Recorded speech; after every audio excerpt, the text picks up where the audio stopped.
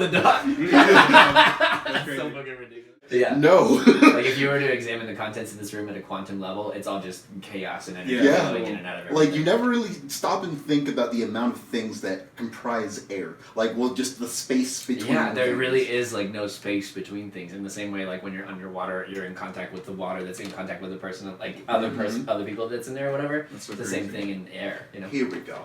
Oh shit! That's awesome. So yeah, fucking Nice. Some of the like communist cool. ones. like I used to, Like the Russian Gundams or whatever. yeah. Fucking I used to draw all the fucking time, and then art class, man. Yeah. Fucking getting graded for this.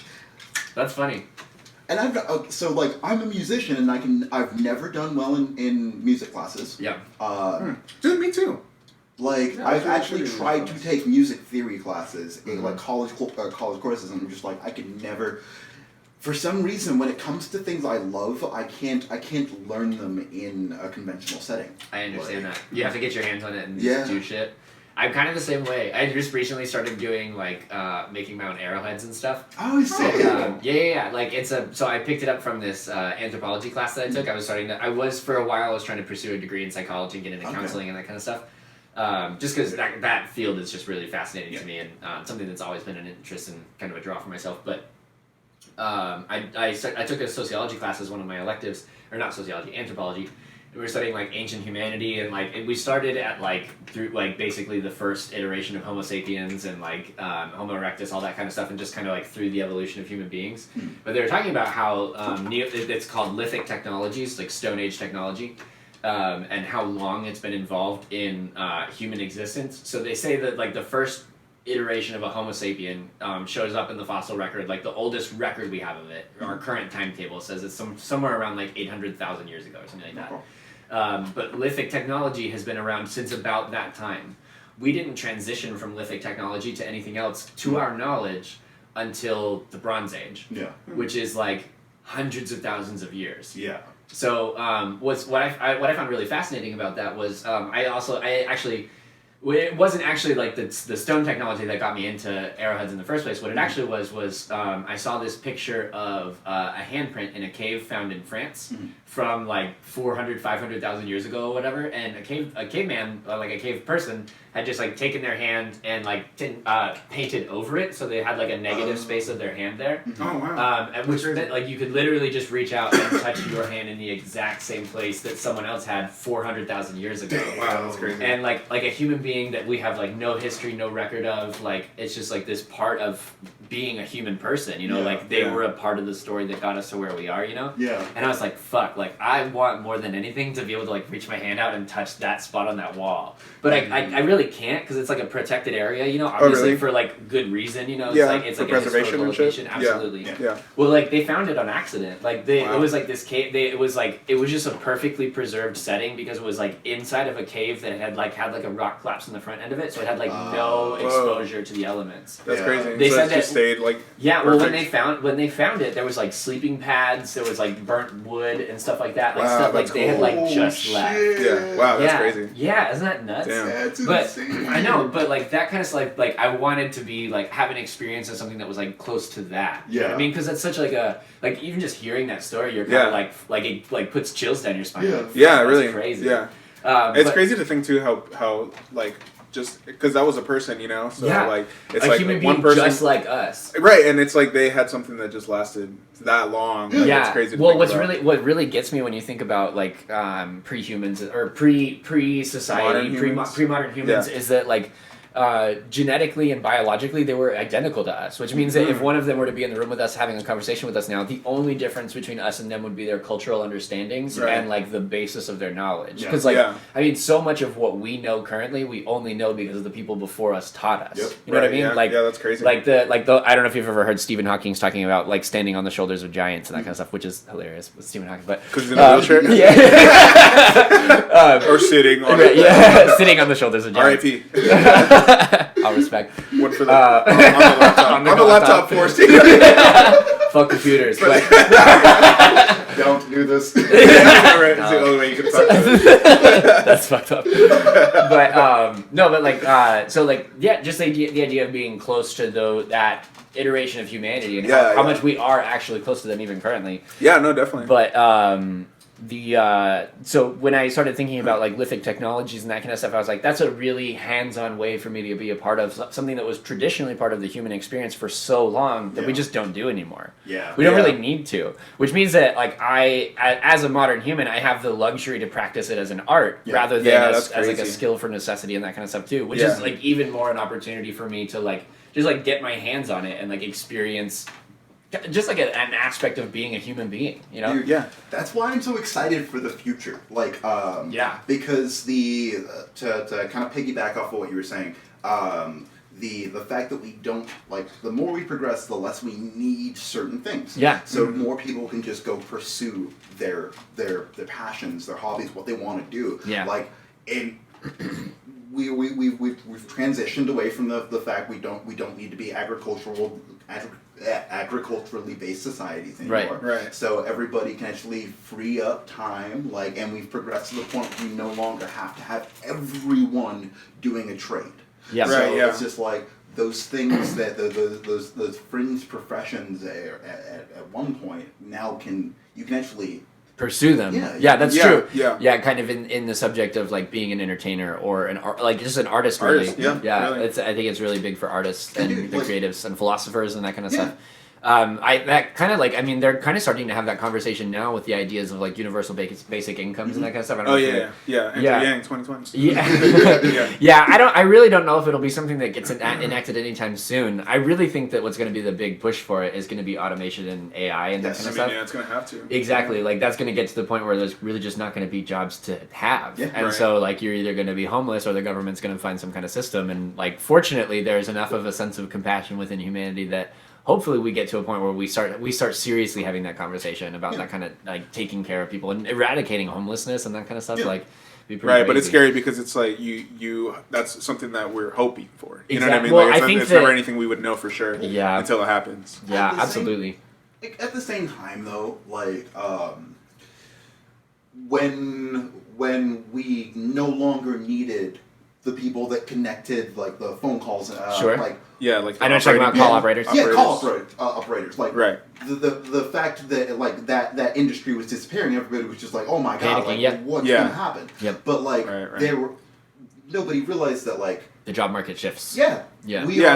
We are trying to prepare for jobs that don't exist yet. Absolutely. So of course we can't. We can't imagine it. That makes sense. Also, this might be like a little trolly, but also like on some serious shit. Like, do you think sex work maybe might be something that I think becomes more legal and like more? Well, I think the first step is legal, and then the second step is going to be like AI involvement and that kind of weird shit. Like, you see, but I'm saying like Minority Report and shit. No, well, I'm saying like maybe that's where the jobs could shift because that's only something like humans could do. You know? Definitely. That's true. Yeah. That's weird. Well, I think that like the ultimate goal of that kind of like when you're talking about like fringe things like that, like legalizing prostitution, legalizing drugs, and that kind of stuff. I think that's really the best way to handle situations like that. Probably, yeah. I mean, honestly, I think just creating any kind of job really would just help a lot. Honestly, yeah. Did you ever see what was that movie? Or it was like a little mini series on Netflix with Jonah Hill. And I know what you're talking about. Maniac? Maniac. Yeah, you know how like they had like that friend service where like you just have like shit like that, like just things that we think is weird could be like totally normal. More like, normal in the future. The click of the button. Like, I know. Yeah, that's true. That's a good point. That's really crazy to think about. Yeah, dude, just imagine like 10, 15 years ago telling somebody that like there will be an app where you can get somebody to walk your dog. Yeah, true.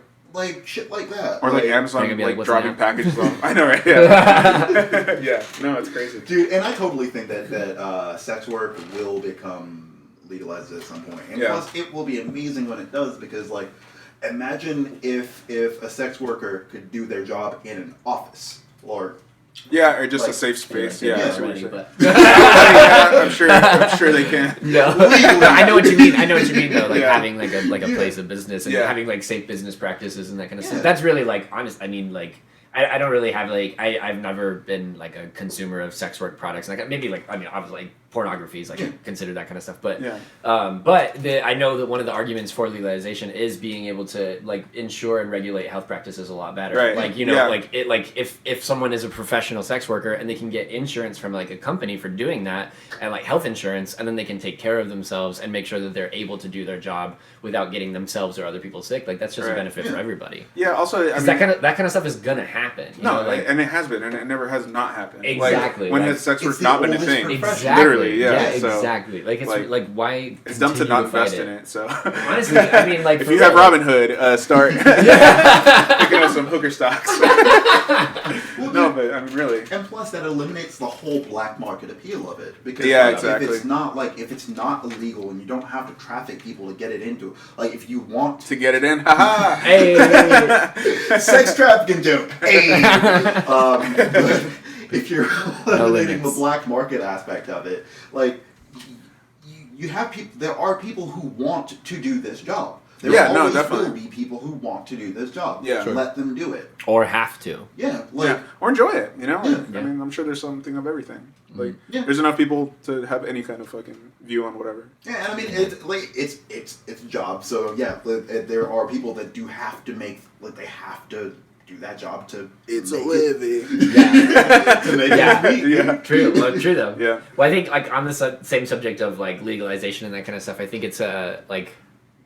Personally, from what I've experienced in my own struggles with like finding like a healthy balance with my own like connection to things like alcohol, weed, that kind of stuff has been so I think that shame plays a huge portion in addiction. Yeah, definitely. And when it comes to like things like heavier drugs and stuff, which I personally have never like partaken in, but like I understand the psychology of the addiction to those like heavier opiates and that kind of stuff, and how there really is like a portion of that person's life their choice has been stolen from them. Yeah. And like there's a lot of factors that go into playing into what addiction is, but I think if we were to legalize things like that and make it like a safe environment for people to do those drugs, like making sure that they're not buying opiates with fentanyl involved in and that kind of stuff, like. And also taking away the shame of like making something as like something as that we see as heavy as doing like heroin or crack or different things like that, as casual as drinking a beer. Yeah, definitely. Like not that like you can smoke crack and like at a party. There's like a little thing of needles here. Well, that's what I'm saying. Like I mean, like obviously there's like a functional setting for that type of thing. But that's the thing. I mean, that was true for beer at one point. You know absolutely, what I mean? So, like having a drink in back rooms and that kind of stuff, and speakeasies and that kind of stuff. Like I mean, like your cultural understanding of that kind of stuff. And when we're trying to like so much of what we're doing nowadays, like for myself as an artist, and I know you guys have like touched on the same subject as well when it comes to mental health and addiction and everything that goes along with it. Like playing into getting the shame out of the equation and just like allowing people to be like, yo, I'm fucked up and I need help, and not be like, oh, gross, you're fucked up. Like be like, yeah, me too. Like I'm here to help. You know what the thing is too? I'm finding now recently, like. I'm kind of discovering this for myself, really, but like, there's also shame in standing up for yourself, Yeah. Right? And for you to not be able to stand up for yourself feeds whatever other problems are going on with you. Like, say you're depressed or you're anxious all the time and shit. Like, if you can't just be like, yo, don't do that. I'm like, really, like, give me a second, I'm anxious. Yeah. Like, just you saying don't have the that, confidence to create your own space. Right. And the more you do it, the more you can kind of, stop letting anxiety and depression, like, control you, because you get to be like, no, like, I know this is what's going on, give me a second, I'll be fine. But like, that's not normal, it's not normal to be like at a Starbucks like in line and be like, yo, can you go ahead of me, like, there's too many options, bro, I need a second, like, that's not normal. Like, imagine like, I'm trying to do that now, but it's so weird. It's been a conscious effort for myself as well, because it has to be because otherwise you're just doing it for other people, and that just It's all in how you phrase things, dude. Sure. Like, you can, if you need a second to get your space, and it's just like you're in that same Starbucks, and like something's happening, you don't want people backing up in there, like getting mad at you behind the line. Just let them know, like, hey man, like, I'm taking a second to order. You just want to go ahead. Yeah, I'll definitely do that now, or I will just be like, yeah, go ahead. Yeah, man. Like, well, I I've dealt with anxiety and depression for most of my life, but I only recently received a diagnosis and started like actually treating it. Okay. Nice. Most of the time, I just thought Congrats. it was just normal. Oh, thank Yeah. you. Yeah. No. Yeah, Cool. no, it was a big deal, honestly. Like to It is. really like get to the point and be like, okay, yeah, no, I actually have a problem, and Yeah. I need help and stuff. Like I started taking medication, going counseling, all that stuff, and it's That's been a cool. huge benefit for me. That's awesome, dude. But when I first started dealing with all that stuff, and I realized that what I was experiencing were panic attacks. That's the worst. It That really sucks, was yeah. awful. Like I had this one episode where just to kind of emphasize one of the struggles of confronting your own illness is that I realized that I was having a panic attack when I was out with my in-laws one evening. We were out just out at dinner, and I just started like I would one of my symptoms of panic attacks would be like it would be like my lungs couldn't function. Like I could physically like you're draw. hyperventilating kind of? Not really. No? It was Okay. like I could breathe in, but like the relief of like, okay, I got oxygen in my body now. Yeah. Like if you were to hold your breath for a long time, take a deep breath in, and like that release you feel in your body. Yeah. It's like none of that. Oh, like yeah, it's like that it was sucks. like it was like I was breathing, but it was like my body couldn't process the oxygen, Yeah. and it was Wow. like it felt like I was That's like crazy. suffocating. Yeah, Yeah. it was a truly awful experience. But then another symptom that I had was I would go through like a period of existential dread, Oh, dude. where I just like five. hey. Every day, bro. Dude, honestly, well, I would just I would hyper fixate on the finality of my own mortality and the Yeah. mortality of the people around me. And so that one evening, I was we were out for dinner and stuff, and I just I could not stop looking around the room and realizing the fact that in a very realistic sense, in the next 20 years. Every single person that was currently in that room could be dead, True, and yeah. everything we're doing right then probably doesn't matter. Yeah, you know, that's really heavy. Yeah, and just I couldn't shake that, and my family's just there, like, how was your day at work and stuff. Yeah. And I'm like, real surface level. Yeah. Yeah. And but the struggle for me was that I didn't know how to deal with it in that moment. I was just having a panic attack and trapped at that table because I felt I felt like me having that panic attack was drawing attention on myself, Right. and I didn't and you're want. disturbing. Yeah, I did. Well, the last thing you want in those moments is attention. Yeah. No, yeah, And true. and then I feel like everyone around me thinks I'm hyperventilating to get attention. Yeah. And yeah. but then also at the same time I'm like, I need to leave the room. I need to get outside. Yeah. But also at the same time I'm like, if I get up and leave the room, they're gonna be They're like, gonna know. oh, he's fucking, Yeah. you know, like, Yeah. yeah, like it's like you feel Mr. trapped Drama. in that. Yeah, I know, like, I this song. No, Right. really. What And the it's fuck, funny dude? because it kind of when you're in that position, that's what you're thinking, but really that's but probably not nobody what would actually happen. cares. Yeah. Or not only that, or you might actually get a good response. Like somebody might That's what I actually mean. want to, you know what I mean? Not Like, that they don't care, that they would be like, oh, I don't fucking. oh care. no, Yeah, yeah. Yeah, They not wouldn't bothered think that by you're it. being dramatic for sure. Yeah, Yeah, absolutely. Well, so Yeah. I as it kind of an experiment. So when I was going through the process of therapy, the big thing that they emphasized was it's depression and anxiety are very isolationist. Mm-hmm. They'll force you to run from people, and if you can recognize your symptoms, the big thing with dealing with mental health is that you have your conscious self and you have your subconscious self. Your subconscious self is where so much of that turmoil and pain and everything exists that bleeds into your conscious self, but your conscious self has the ability to influence the subconscious. And so what I mean by all that is that while I was experiencing symptoms of panic attacks and depression and that kind of stuff, I could consciously tell myself, okay, I am feeling like everyone hates me, but I know that that's not true. Yeah. So what I can do to kind of show myself that is reach out and ask somebody, hey, do you hate me? You know, just find people Yeah. that I know are safe, that are willing to have that willing to humor me and have Right. that conversation with me, just so I can hear it out loud. Yeah. You know, my wife one time said that when she was dealing with the worst of her depression, which she's started taking medication and actually been doing really well as well. That's good. How long have you been taking it, if you don't mind? talking about it? 2 years for her. Oh, nice. It's been just under 1 for me. Is it true about do they say because they try to put me on it and I Yeah. chickened out the first pill that I took. I was like, no. I did the same Okay, thing. yeah, The first time yeah. I took so I tried medication twice. Yeah. The first time I did the exact same thing. Yeah, I well, ran from it. It really heightened my depression and anxiety that first time, apparently, which is normal. So I hear, yeah. For me, it made me really sick. Oh, really? Yeah, Wow. I got really intense flu-like symptoms, and Okay. part of my anxiety was hypochondria, and I was like, Oh, "Fuck dude, that!" that sucks. Yeah. That's the worst combo. Yeah, I know, right? And Yeah. I was like literally every time I got sick, I was like, "This is it." So was it a process of finding the right pills over the first? I got really lucky. Okay. Me and my wife both got really lucky. That's good. We got it pretty nailed down the first time, and I had it pretty easy because so my symptoms matched my wife, and nice. my diagnosis matched my mom. Because my mom, like, within the last 2 years was also diagnosed, and she started on the same medication that both, now, me, my wife, and my mom all take the same medication. Oh, crazy. Okay. Yeah, so I knew that I had the biological propensity from my mother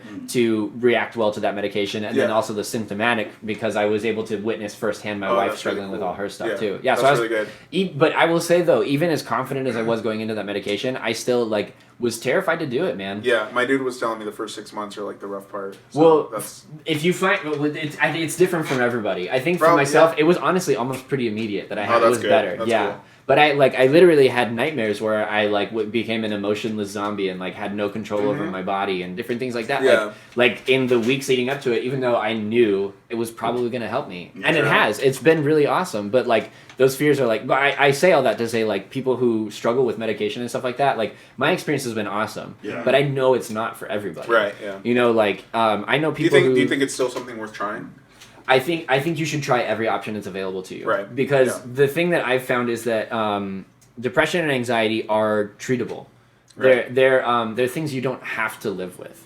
Preach. Well, that's the thing. Like we get a lot of our generation is cut off from healthcare. Yeah. In that it's really scary for us to ask for help because we have grown up knowing you call 911, you're gonna get stuck with debt for the rest of your life. Yeah. You know, like you ask for help once and Right. you're fucked. Yeah. Like the money you were gonna spend on food is now being spent on a bill that they will collect on. Yeah. You know, Yeah, like man, seriously. you know, like and it's like that's just scary. So it's like it's hard to even reach out for help in the first place. Yep. And so like you see so many people who are just kind of like, well, fuck, I'm depressed. That's I'm that's living what with I this. am. Yeah. You know. Yeah. And like they just try to find like as many coping methods as they can. And fortunately, medication is not the only way to deal with depression. Yeah. But it is really helpful, and for some people, it's really the only option. Yeah. For my wife, it was the only thing that helped her. She Yep. tried everything. That's like crazy. she did. She like cleaned up her diet. She was working out. She was meditating. She cleaned out like her life of toxic people and Nice. like got involved and like just really leaned on her friends. Was like talking to people more. She's been through therapy. You know, she's done everything, and the only thing that has helped her is medication. Yep. Like all that other stuff, it brought improvements to her life for sure. But like she would move in cycles. There would be like a week of great, and then a week of just terrible. Yeah. Yeah. Like pure suicidal, and like that kind like just and as her husband, it was physically painful to watch her go through this stuff. You know, like to be powerless to help her in like loving herself. Yeah. And yeah. ultimately, it came down to just a chemical imbalance. Yo. And like, and when she was able to take that medication, I was talking to her after a while, like it was like honestly a little intimidating, like how quickly her life switched, and she was Really? just like, well, like you kind of like it helped me realize like a little bit of healthy or unhealthy codependency that I had, in like that I was getting something out of like helping her. Yeah, yeah. You know what I mean? Yeah, that's crazy. I know, That's it important was to realize too. so Really, that's it cool. was like it was both like you don't like realizing things about No. like that about yourself, you Yeah. know. But it was also like it was good for me to like have that opportunity to recognize that. Yeah. But like I was saying, like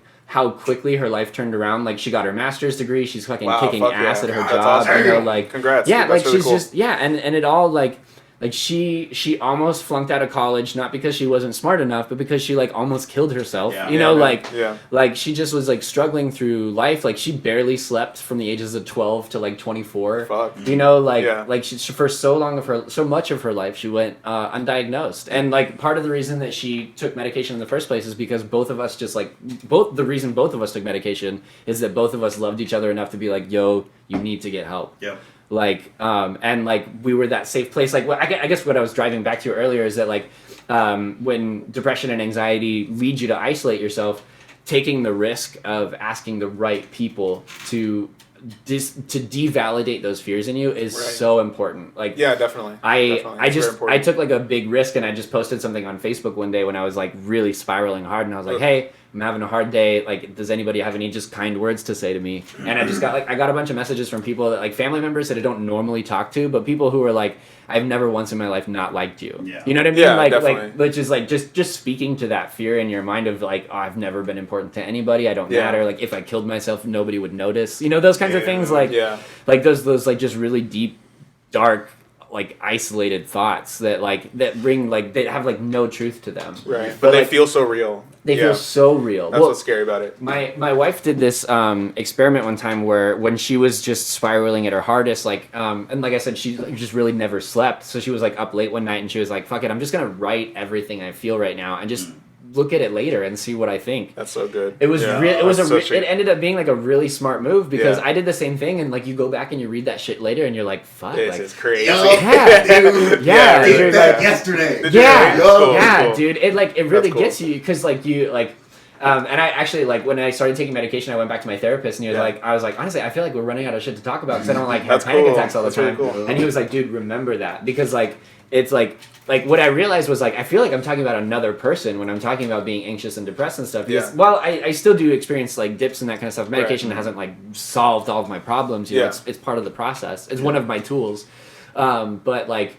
You know, he was like, remember that because next time you go through a spiral like that, remember that, like, he, like, specifically what I said was, like, I felt like I was talking about a different person. And he was like, yeah, remember that. That's not you. That's that symptom coming back. That's you really know? Cool. Like, you are this person now who's looking back on those symptoms and being like, man, that was fucking crazy. You know? Dude, straight up, I would not have started medication if it was not for my girlfriend. Like, sometimes you need that push from people that love you, that just really, like, they see you spiraling and struggling. And they're like, yo, I love you enough to be like, go get help. You know? And that, I mean, honestly, that not to say anything against, like, family members who don't do that stuff, because that is a really sensitive thing to talk about. No, definitely. Like, sometimes it's even hard to have that conversation, because people who are depressed, they don't want to have that conversation sometimes, you know? And honestly, a lot of times, the people that want to help you are also depressed. And they never had somebody tell that to them, so maybe they're not sure how to, you know, guide through, like, walk somebody through that. You know what I mean? That's true. That is really scary. Like, because when you offer help to somebody, if you don't know what to offer them,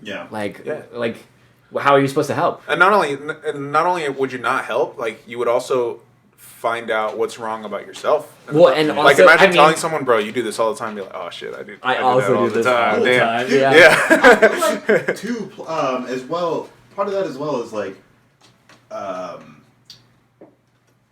depressed people we all kind of flock together. Like, in a way. You know, brothers in arms, man. Seriously. Forged in fire kind of shit. We were in a band for 5 years, and that's probably what we talked about most, just depression. You know that fucking, when you've got that one random happy friend, and you're like, oh, yo, what's your secret? Like, how do you...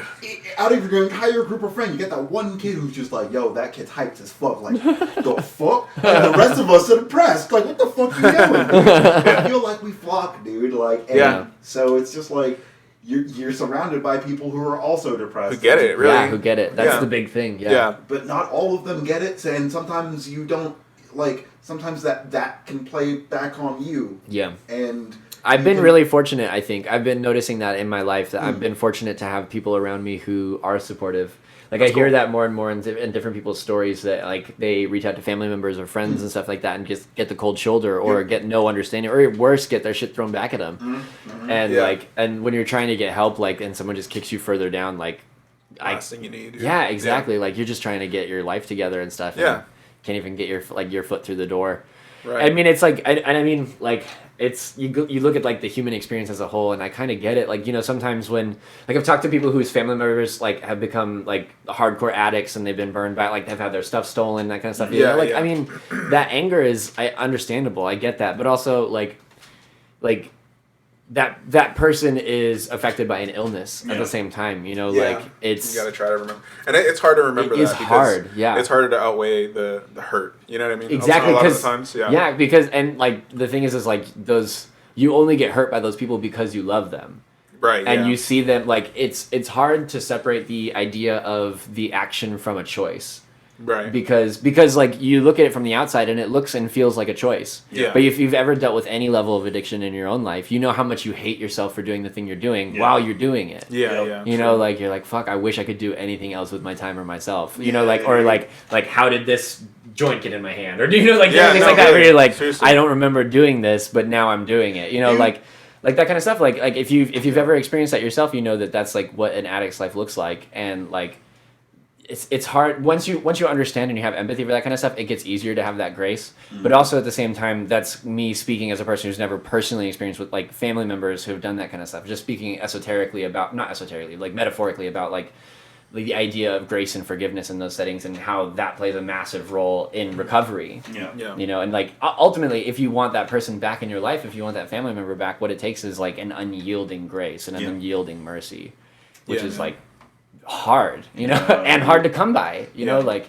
I feel like I was really lucky to have that. I'm really lucky to have that in my life now, to have that type of grace to be more forgiving, because I was not like that, and I wasn't raised by people who were like that at all. Like nobody in my family's like that, even a little bit. You know, like they're very like I have people in my family who haven't talked to each other in years and will not. You know what I mean? Over dumb shit. And it's like I was really lucky because growing up, because I had so many people who were depressed around me, and I was as well. I had to be that ear for so many people that I just got a lot of different views, and I got to get like the backstory on a lot of people that you grew your own empathy. Right. Well, not only that, I feel like I got to see a lot of different viewpoints that ended in the same result, and that kind of showed me like not everything is the same for everyone. Like, you know what I mean? Like, and also like at one point in my life, I had a friend who was really addicted to like some drugs, and me and like a lot of the people in his life like got, you know, tried to do our best to help him, and I went to a couple AA meetings with him, and that just like fucking blew my world. Dude, I bet, yeah. It was like not only did I realize I had a problem at the time, not as bad as a lot of the people in there, but like I was like, bro, I'm drinking like a lot. Yeah. Six pack on the table. But really though, but no, there was a time where I was drinking for a reason. Now I just, you know, it's just like something to cap my day with. Well, and that's honestly like that's what it goes back to with addiction too. Is it's for a purpose. It's it's to fill a pain. Yeah, it's to self-medicate. And that's what I was doing. But yeah, like I like seeing that, and like even like doing this, and like I've kind of been doing this. Like I've kind of been rolling a podcast for like most of my life now, where I just like sit down and talk to people for like ever. Dude, and like shit. I just, you know, like I got really lucky that the way that my depression and my anxiety worked was that it went away when I helped other people, you know? And so, like, that's how I fed it for a long time. And then there was a point in my life where I was just cut off from everyone, and I was like, shit, I'm dying inside. Like, I had a really hard time, you know? And during that's when I started doing the process of, like, getting the medication and talking to people and shit. Getting help, yeah. Yeah, but I chickened out, like I said, right? Yeah. And luckily my girlfriend, you know, she's been there for me the whole time, and she and still to this day is like, you need to go get help, you need to go talk to people and stuff. But like I started working out, and I'm talking to people like openly now about like my issues, and like I have a system in place now, which sounds so cocky to say, like it's just it's important. It's process, and I'm trying to be like super honest about like myself and the way that I feel, and like how I am day to day, and then her as well. Her dealing with her depression, like a lot of the stuff that you were talking about. Like I have like 4 journals right now, just so that I can write at any time when I need to, you know. Yeah. And like you should see like my phone has got like fucking over 500 notes of just like random shit. Like, so I think it is important to like find your own way, and like I think there is a way for everyone, you know. Like absolutely, because pills didn't really work for me. I mean, they might have, you know, and I think I have a family member who is like currently doing that, and they're working for them. Yeah, I was gonna say it's worth checking out like what your family members are doing. Exactly. Yeah, but no, I don't know. Like I feel happy, and I honestly haven't felt depressed the way that I used to in like a year or two. Dude, and that's awesome. So crazy. Yeah, that's a big step. It's really crazy. I haven't even been able to stop to realize that, because I've just been doing so much to like work towards not being depressed, you know. Dude, it's a great motivator. Right, and again with that as well, I think I'm also lucky, because maybe that does mean that it's not really a chemical imbalance in me. Maybe I just need to do other things in my life that I wasn't doing. Yeah, and like keep myself active, and so. Well, I completely agree with that sentiment, because there was like, so I grew up really religious, and I hold on to like some different teachings and different things that I brought from that. But there's this verse in like, I can't remember if it's like Proverbs or something like that, but the verse is, without vision the people perish. Okay. Which is the idea that if you don't have like goal-oriented focus, you lose motivation, and eventually a loss of enough motivation eventually atrophies into the loss of motivating to live. You know, like like you lose all of it. Yeah, honestly. Yeah. Not gonna lie, I heard that and I was just like, dude, that sounds metal as fuck. It's a good dope line. So let's segue into that. Hey, yeah. We can talk about music. Yeah, we'll talk about Let's talk music. So I mean, you are kind of in the same boat that a lot of people are in right now, where they were coming from a metal or like not so much hip hop world and are now trying it out. Yeah. Yeah. Well, I mean, it's a blossoming and blooming genre. It's been growing and booming for a long time, but like it's just recently. Mazel tov. It's just more universally accessible, but also the reason I gravitated towards it myself is my first love has always been lyricism and writing. Yeah, because you were a singer before, right? Vocalist. Yeah. I was always every project I've been a part of. I started my first band with the idea of being a guitarist because being on stage was terrifying, and so I was like, well, I really want to do music, and if I have a guitar in my hands, I don't gotta talk to anybody, so I don't have to like fuck anything up, you know. So I tried that for a little while. It turns out I was better at being a vocalist. He said to two guitar players.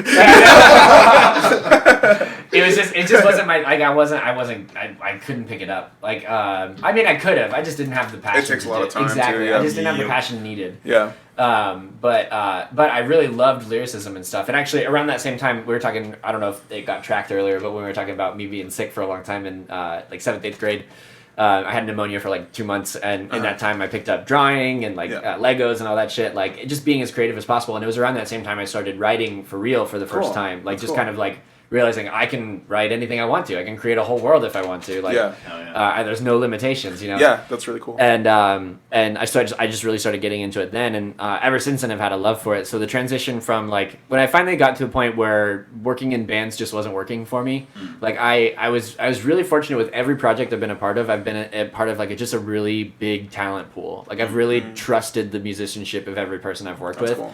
But unfortunately, like just as life goes, egos tend to get in the way, like problems come up that don't have to come up. Yeah, man. And I just got tired of dealing with it. Yeah. Like I love it's being in a relationship with it like really four is dudes. 100%. 100%. Yeah. And like the problem was I loved all the dudes that I worked with, and I just hated being caught in the middle of all the like just extra bullshit and like the fighting and stuff like that. And like and so I was like, I really want to do music, but I don't want to deal with all this extra stuff. So I just noticed this fucking sticker with like the fucking heart. Like, is that a butthole? It's a donut. Okay.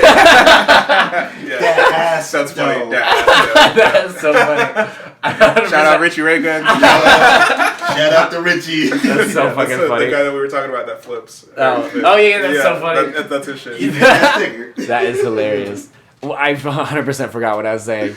We're talking about talent pool. Oh yeah. So transitioning to a solo artist. Yeah. So I made that transition because like I was like I can as a lyricist I can transition from poetry to rap pretty easy. It's basically the same thing just to a beat. Right. And so I started giving that a shot. Turned out I was like pretty decent at it, so I just kept doing it. I started hitting up open mics and stuff and getting like a really good response. So I just started. When you were hitting up open mics, were you doing like written stuff or were you just okay? No, I actually just recently started getting into freestyle as a way of expanding myself as an artist because we talked a little bit about this on the genre differences on your podcast, where it's like metal and hip hop have so many differences, but one of them being hip hop has a version of freestyle. There's really not a version of freestyle in the metal world as far as like being in a band goes. No, you know, like it would be jamming, but even that. But as a vocalist, there's very little jamming. You can't jam. You know what I mean? Yeah, like I sit there and like I'll think about what I'm gonna say. You know, and that's what I've done my entire musical career.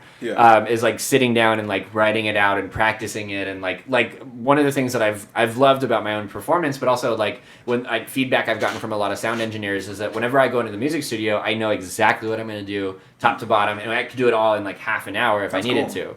I just try to be as prepared as possible. That's part of it. That's part of it. But also another is just like I want to get it right. You know what I mean? Like I want to like create what I'm trying to create. You know.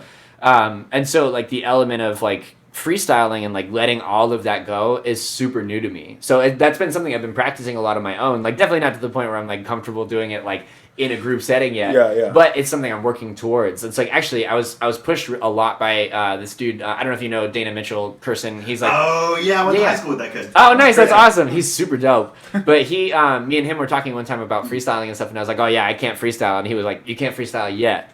And I was like, True. I was just like, I just like had like kind of written it off as a skill I wouldn't acquire. I was like, I'll just focus on this other stuff. And he's like, no, man, like work on it, like get better at it. It's just another tool for your belt. It's so close to what you already do as well. Exactly. Well, and it can only help me, like getting to the point where like if I get stuck in a session or something like that and I'm like I can't come up with lyrics or something like that, being able to freestyle is like just a whole other like aspect of the it's not just an aspect of the genre, but just as an artist, like having an opportunity to push yourself and to grow your skill is like is what we do. Yeah, definitely. Like it's another tool in the handbag. Yeah, this is my viewpoint with guitar sweeps too. I was just like, for the longest time, I was like, I don't need to do it. No, Like, I'm gonna put it off. A lot of music really is like that. Like you're just like, I'm good at this one thing. Yeah, you find your comfort zone and you stick in it. I mean, that's just natural human behavior. Right. Like we what's that? Like the path of least resistance. Yeah, all matter flows in like that direction. So naturally, we behave the same way. Yeah. We're just lucky enough to have the mental headspace to challenge that, Exactly, and to push ourselves and to challenge ourselves to grow. I did like metal from 2008 is when I started to get into it and discovered that. Yeah, long time ago. Yeah, so that was around the time that I graduated high school and got involved in my first band. Okay. It was I did that for like 4 years. It was the band Oceans Will Part. Okay. And did you guys play in a church? Absolutely, all the time. Yeah, like I said, I was like super religious growing up. Oh my god, I remember hearing about you guys when I was in high school, dude. We were the Christian metal band. Yeah. Oh my god, yes. Yeah. It was. I mean, it was what we were focused on at the time. Was it intended to be a Christian metal band? Or? Absolutely. Okay, yeah. We were all the dudes that were involved in the project. I think the exception being Luke, our drummer. He. Yeah, Luke Holland. Fucking Luke. Yep. I'm not trying to I know. But yes. Like Jason Richardson guy. Whatever. No right? biggie. Yeah. Fucking blowing up touring Asia and all that shit. So cool. Yeah, no, he really cool dude too. But I think he was really the only one in the group who wasn't like a Christian, but he was cool with the message and stuff like that. Like but he himself was not like involved in the beliefs. Every other member in the band though was like, yeah, we're a Christian band, Cool. Yeah. That was just like where my focus was at that time. Like, on a side note, did being in a Christian band? This is totally like a me question. Only I would care. Oh, dude, I'm sure other people, but like being in a Christian band, does that help the status of the way that you guys work? You know what I mean? Like, is there as many problems because you guys are pushing towards a message instead of being like, I want it to be like this. The dynamic of a band. Yeah, does honestly, it change the dynamic? It's same energy, different problems. Really? Yeah. This isn't Christian enough, or like that kind of stuff. Like, fortunately, we weren't that group. Okay. But I've been in those groups, but not in music, fortunately. But no, it was more like you run into the same ego problems. Like it's really the same problems you see in every other band. The what ended up killing our band, Oceans Will Part, was that some of us wanted to tour, some of us didn't. You know what I mean? Like, that's usually what it is. Yeah, exactly. Like that's really. It was like that's what I mean. Like it's we approach the problems with different energy, but it's really similar. Yeah. Dude. Like at the end of the day, we're all people. No, definitely. Yeah. That's funny. Small side note, real quick. I remember a while ago, I was standing in line getting coffee, and with my girlfriend, and I look up and I see Luke Holland in front of me. And oh, really? And I'm just like, oh my god, I want to say hi, but at the same time. Yeah, he's. Wow, I mean, crazy. For future reference, he's always really cool about that stuff. Like, cool. When he first started blowing up, I had a friend. I met this guy. I lived out in Idaho for a little while. I was just bouncing around trying to figure life out and that kind of stuff. Lived in Texas for a year and then Idaho for a couple. Cool. Just figuring life out and stuff. But I met this kid out in Idaho who had just started drumming and stuff like that, and he had found Luke's videos and was a huge fan. And it was close to Christmas, and I had flown back home. And I had that kid's phone number, and Luke ended up coming over for a Christmas party, and I was like, "Hey, would you do me a favor real quick?" And Luke was like, "Yeah, absolutely." And so I called that kid, and I was like, "Hey," it was so funny. I was like, "Hey, what are you doing right now?" And we weren't really close, so he was like, "Why are you calling me?" That's funny. Yeah. I know, and I was like, "Hey, you want to talk to my buddy Luke?" And he's like, "Wait, what?" And handed him the phone. Dude, that's so cool. And I was just handed him the phone. He's like, "Hey, what's up, dude? It's Luke Holland." And he was like. And I could hear it from 3 feet away. What the fuck? What is this radio station? Yeah, I know, right? I love doing that kind of shit. That's really cool. But yeah, he does too. Like if you ever get a chance to talk to him, like not to crazy. I'm not like advocating like hunting him down in a grocery store or some shit. Yeah. Everyone within the cross streets of right. But if you run into him and you want to say hi, like he's like every time I've talked to him about it, he's always been down for it. I mean, like That's awesome. obviously read the moment. You know, if he's like angry on the cell phone, maybe don't approach him or something. But No, look, Eric said it was cool, man. Yeah, I know, right? Yeah, and he's like fucking Eric. yeah, really. Bro, That's like, crazy. I have always been on the mindset when it comes to people like musicians that I really look up to, I just leave them alone. Yeah, like, you try to respect that space. Yeah. Dude. Yeah. But I mean, like when he first started blowing up, we and him had a lot of conversations about that kind of stuff because one of his first big breaks was he got to go play for Texas in July. Like he filled in for Adam Gray for like a festival they were doing right when they were like first starting to blow up. Or not when they were first starting to blow up, but when they were like really building momentum and really doing some cool stuff. And it was like it was the biggest thing he'd done yet. But he said that like when he started doing that kind of stuff, this was later on. It was when he met Johnny Craig. And like they were on tour together, and he said that I think it was him and Johnny Craig, they were talking, and like a fan came up and was like trying to talk to Johnny and was like, hey man, like a huge fan, like definitely really interrupting their conversation, like a little bit being rude and stuff like that. Yeah. But also like Johnny turned around and was like, we're fucking having a conversation. Ouch. You know, like was like a huge dick to this person, and ouch, Luke was like, I will never be that person. Yeah. That's kind of cool. Yeah, I know. Well, that's what. Like, that's what. Unfortunately, cool. Yeah. I know. Yeah. So so he's like every time I've talked to him about it, he's always been like, yeah, I just don't want to be like, because really, when you think about it, as an entertainer, the reason you have a job is because of your fans, especially because somebody loves you that much. Exactly, Yeah. especially those fans, Yeah. like the ones that'll run up to you and be like, "Oh, you're my hero," you know, like that kind of stuff. definitely. Those are the people that are funding your job, you know. Like Definitely. legit every single time. Like I love any time that like because by very small band, but like anytime we get somebody comes up and it's just like, oh dude, I love your shit, like fucking makes my fucking day. Yeah, it's a cool feeling. Yeah, dude. Yeah. So I personally love it, but like I mean, there's know a that limit as well, yeah. I know not everybody does, so that's why I always play on the side of caution. Absolutely. Because I'm just like, yo, Honestly, what if I same. catch that dude on that wrong day? Dude? Yeah, Yeah, you I know, never and you know. end up the story that he tells on an Yeah, interview. Someday he's like, you're an this asshole fucking in, like, this fan, little- you know, Yeah, on Jimmy this little Kimmel. You're like, circle oh of god. Like I don't want to end up a tweet. Like, Yeah, I just exactly, don't yeah. wanna do it, dude. Yeah. Yeah, no, I feel that. I mean, yeah, you just got to read it. I think, Mm-hmm. you know. But so back to your influences, or back to your music. What would Yeah. be a lot of your influences? So as far as like, well, when I'm trying to like dig into lyricism and writing and stuff like that, I still really do get a lot from metal.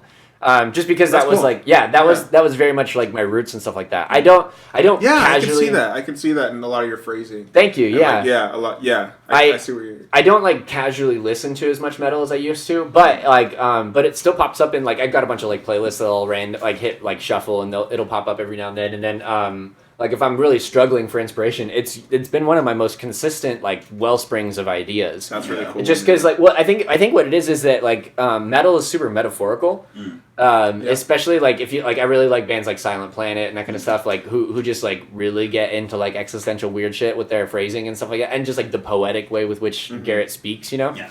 That kind of stuff has been really influential for me, but also like I would say like stylistic influences over what I'm doing rap wise, definitely the biggest influence for me has been Aesop Rock. Cool. Yeah, like yeah. Okay. yeah, that's- his lyricism and like the not so much his subject matter, but like the way he uses metaphors and stuff like that, and just kind of like goes for like really abstract, poetic ways of describing almost mundane things. I try to lean into that a That's little so bit. hard to do. Like, It is, well, yeah. yeah. Well, yeah, like you listen to some of his stuff, and like unless you like really sit down and listen to it, you realize he's talking about like nonsense sometimes. Yeah, and yeah. not nonsense in the sense that it's like not sensical, but it's just like it sounds like he's like, oh fuck, what's he like? What kind of secret knowledge am I gonna learn from like this?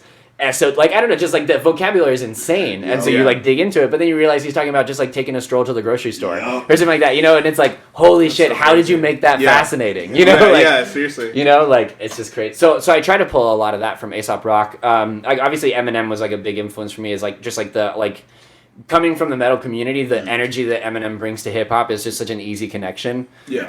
And so Eminem played a part in formulating my style and some of my tone as well. Even like I've had people mention that I sound like Eminem and that kind of stuff, which is not intentional.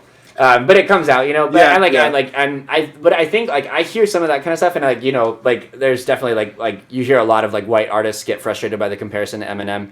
But I think that like at this stage of my writing and that kind of stuff, that comparison is only a compliment because I'm still very much developing my own style, and so to be compared to someone who is commercially successful at an early stage of my own development is more compliment than anything else. Yeah. Right. You Also, know? I think like the early part of the development of anything, you probably should just keep your head down and try. No Exactly. what, Yeah. you know That's what I mean? that's very much what I see I'm doing in the process of what I'm creating. Like each That's good. track that I've released is I look at as like a step in my own progression as an artist. Yeah. Like it might be released as a single or a discography, but for me it's like, okay, this is what I was thinking about at this time. This is what I was focused on. This is the music I was listening to. That's Right. why I did this in the hook and versus that in the verse. You know. So we just did me and this group of dudes that are going by collective name Sorrow Circle. Yeah. So we just did a studio lock-in a couple weeks ago. That's with cool. my Sounds like fun. dude. It was one of the coolest experiences of my bet, dude. life. I'm so Yeah, jealous. That's cool. like we just like it was a bunch of. What was really cool was it was kind of like getting the band setting back together, but without the. Were you guys all in bands before that? Most of us were. Yeah. I don't know about all of us, but I know Big a chunk. healthy chunk of us were. Yeah. Yeah.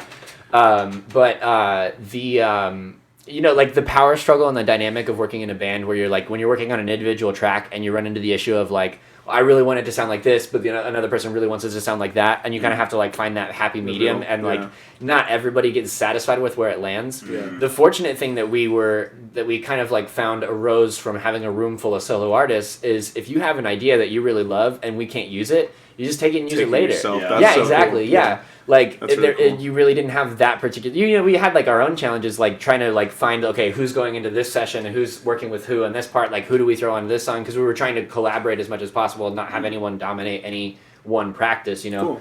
Cool. But like you know, having that like collective energy and everyone kind of participating was kind of like what we were aiming for. Yeah, that's cool. But I don't remember why I started that story. We were talking about Sorrow Circle. Sorrow Circle, metal community, No. The writing process? The writing process. That was on the right track. Oh fuck, I'm not even high, and I just can't remember. It's just we're talking about so many different things at once. I know, right? It's For just so anybody who funny. doesn't know, explain Sorrow Circle. Oh yeah. So Sorrow Circle is really just like it's. I mean, it's just starting out, so we're still very much formulating what it is. But the basis of what we're trying to create is really just like an engine for creativity and like a way for people to cultivate their art and in a community of artists. So like it's like what you would look for from like a management group or from like a production team. We're hoping to try to just assemble as best we can from other artists. Like That's cool. yeah, like if you need someone to like sit in your corner and be like, yo, I think your music would sound like could improve if you added this element to it, or Yeah.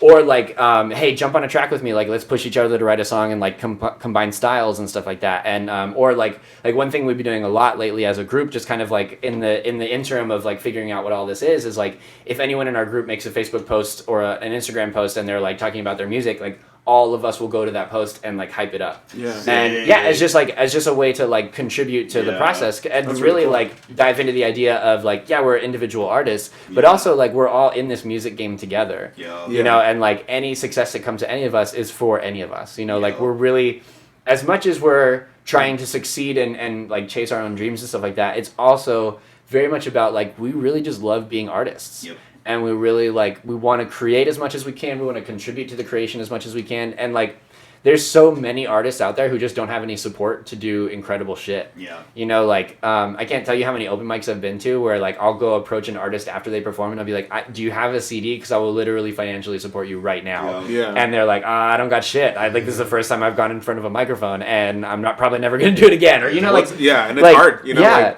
like it's when you don't have the means to, or let alone don't know anyone who could do that. Yeah. Like it's impossible. Yeah, so that's really like what we're trying to create with Sorrow Circle is a place for people to like go, Yeah. like a place for people to go, but also just like a community for creation. Yeah. That's cool. Like that support system that kind of all of us have hoped for You know, like we've all kind of been looking for. Like I don't like you when you wish you could call somebody when you know what you're doing. You're like, oh, like I don't know how do I grow my fan base? How do I promote a show? How do I like just different things like that? Who do I contact if I want to make a dope music video but I only have like $30? You know, like seriously, like that kind of stuff. Like getting together and doing that, and also like we're creating a team of people who can meet the needs of artists as well. Like that's cool. You know, Trey's like an incredible producer. We've also got Caleb producing like just the weirdest fucking stuff that you've ever heard. Cool. Like just the creative shit that you wouldn't think of. Like that dude's just got like decks full of it, you know. That's awesome. And then we've got like other dudes in our group who are great with like media production and creating flyers and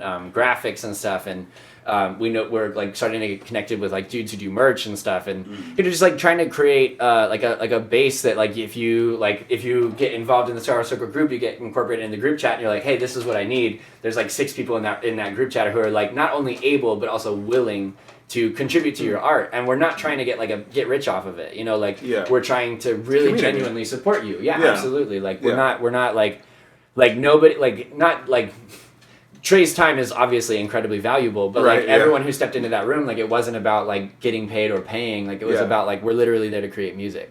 That's really cool, man. Absolutely. That's awesome. It was really cool. And so like to touch on that real quick, kind of the reason or to backstory, we started this podcast for a different reason, but where I'm seeing it going now, I kind of enjoying that I want to bridge that gap from hip hop to metal. Yeah, you know, because I mean, it needs to happen, right? How different is the metal world than what you just said, right? Exactly. Like that's not. I mean, Andre, is there a group chat that you can go talk to? Like, yo, who can help me with a video? Right? Like, it's not like in metal, you have to pay so much money. Yep. You have to like keep people at arm's length so that you guys don't fight about like time slots and shit like that. And it's like, and dude, the thing is, the fucking money's in hip hop.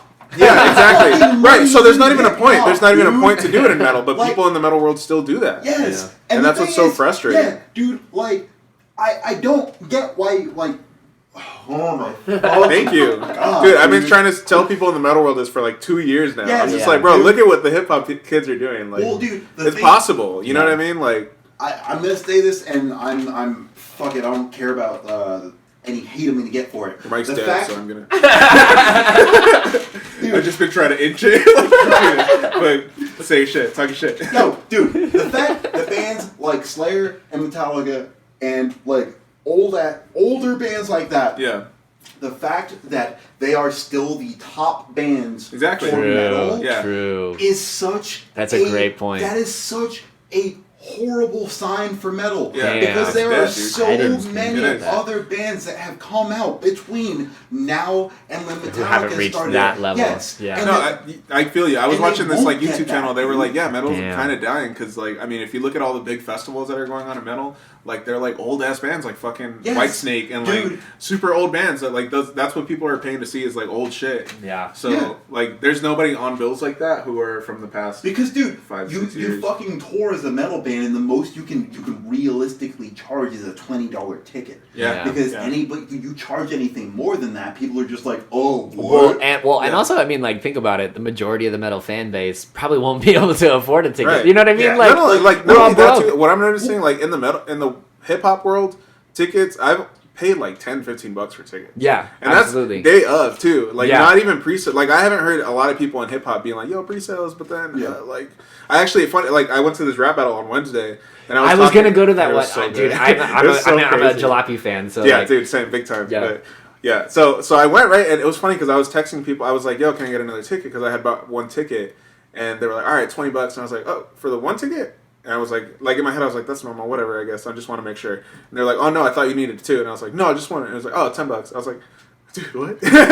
Like, in the metal world. And for, like, quality stuff, oh, too. Dude, I got my money's worth and then some. So much. Absolutely. And, like, I just don't get why, like, I mean, I guess I get it. But it's like, I don't understand why people in the metal world just don't want to try, I guess. You know, like, I think part of it comes down to there needs to be like a paradigm shift. It's been founded on that kind of behavior for so long that you're having to turn a gigantic ship. It's not like one small decision. You know? Definitely, and I'm trying to fucking steer it as much as I can with this.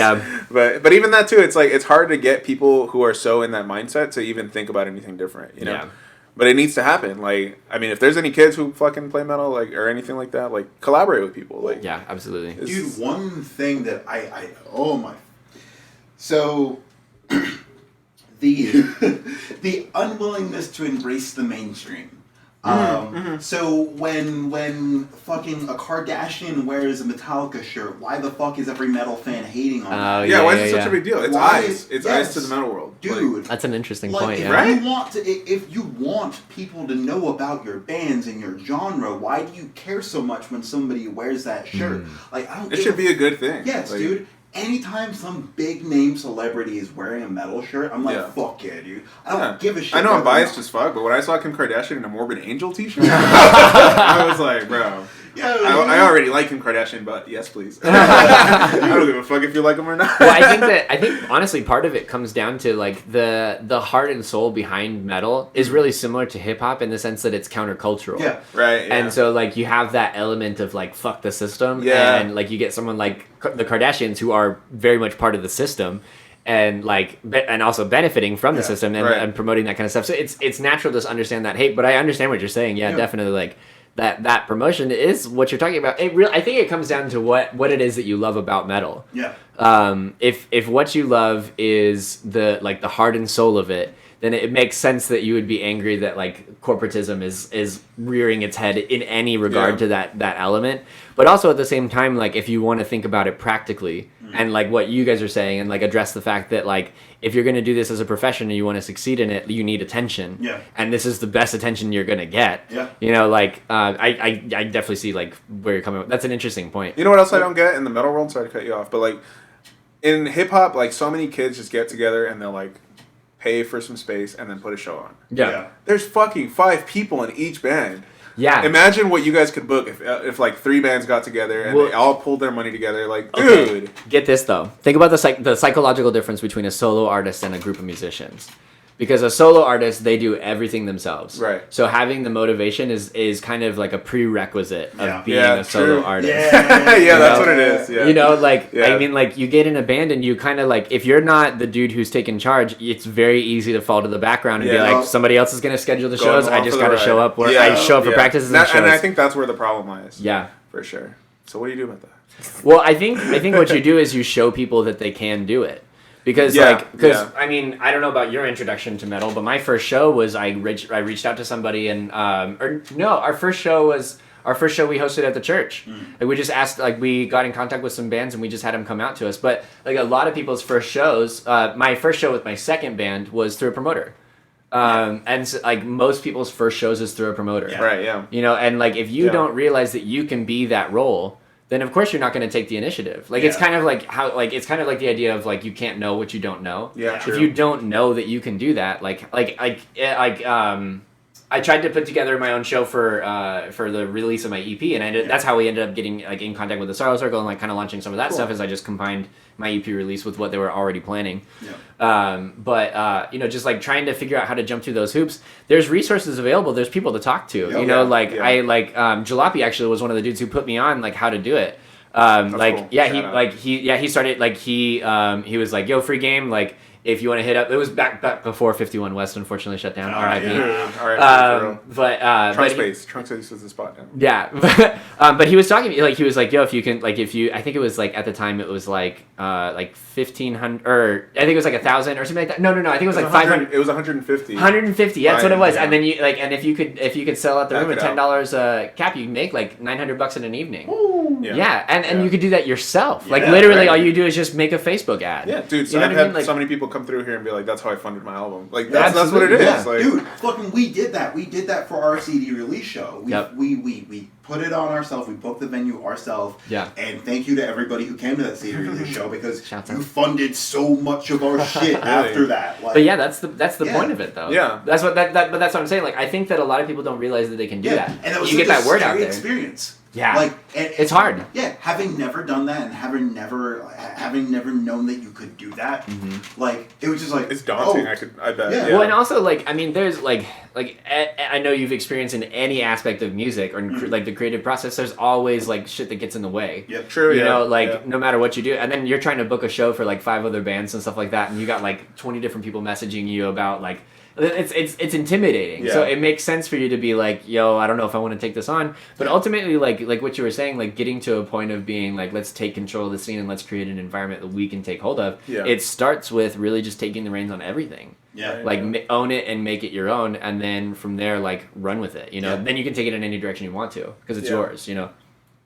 Yeah, I think, well, like Jalopy was talking about building an infrastructure for rappers, you know, like for as a local scene, that's what they would need to not have to rely on like radio stations and Exactly. shit like Yeah, you need a way to make it work. Like Yeah. they refer to like Disney as like the Disney machine, you know, like Yeah, the pop yeah. machine. Like Right. there's a formula to how they do their shit. Right. And like not that you're trying to like be so reductionistic as to like formulaically approach your music and your art and that kind of stuff, but also recognize that human beings are creatures of pattern. Yeah. There's like a specific way to go about like if you have a goal in mind, if your goal in mind is to succeed with music, there's a way to go about doing it. Yeah. And not everyone has like the knowledge, know-how, and access. Like myself included, I'm very much learning a lot of stuff. Like I'm like when I released my first music video, I realized how little I knew about releasing music video. Yeah. You know, Yeah. like it was like through the process of like fucking up the YouTube link 8 times that I figured, Oh, you know, yeah, like dude, like yeah. like where to place it Yeah, on Instagram seriously. and like when to post and you know just Yeah, like all that shit like that you just don't know until It's you a try to skill. do it. It's all a skill. Absolutely, Yeah. and I think it goes back to like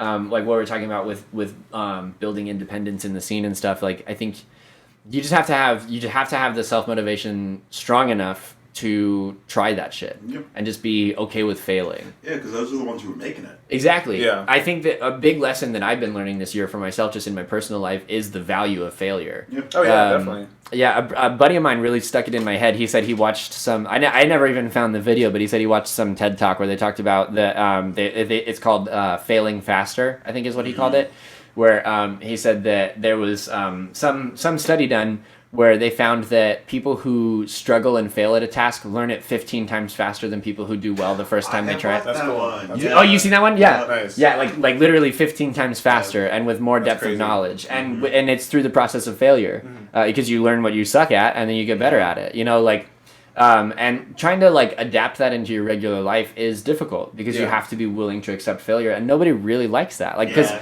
so much of modern society doesn't reward failure. Yeah. No. And we're so reward oriented. We want our recompense for the effort we put into our whatever immediately. Yeah. And if that reward is a slap on the wrist or someone going, "Ha, you suck," like we don't want to be a part of that. Also, I think people live in their failures a lot too. Yeah. You know? Dude, true. You get stuck in that Yeah, last flop or whatever. Yeah, and you're just like I don't like people are just gonna know me for that last thing. But honestly, nobody cares. Nobody I think cares, yeah. Ultimately, like moving as a musician, I think you should understand that nobody cares. Truly. and you need to make people care, and you need to not worry about them caring at the same time. Absolutely. You know, Yeah. because like if you're not like advocating for yourself, why should anyone else care? Absolutely. You know? That's a big struggle for me as an artist You too. got it, bro. You Yeah, got it. like it's like post it's, those freestyles, like even if they're shitty. Honestly, like 'cause, Yeah. like even like imagine going back and watching some of Eminem's like shitty freestyles. Wouldn't Yeah. you still like that? I'm sure. Well, I actually on that same subject, like one of the things that I watched it like in a documentary about him was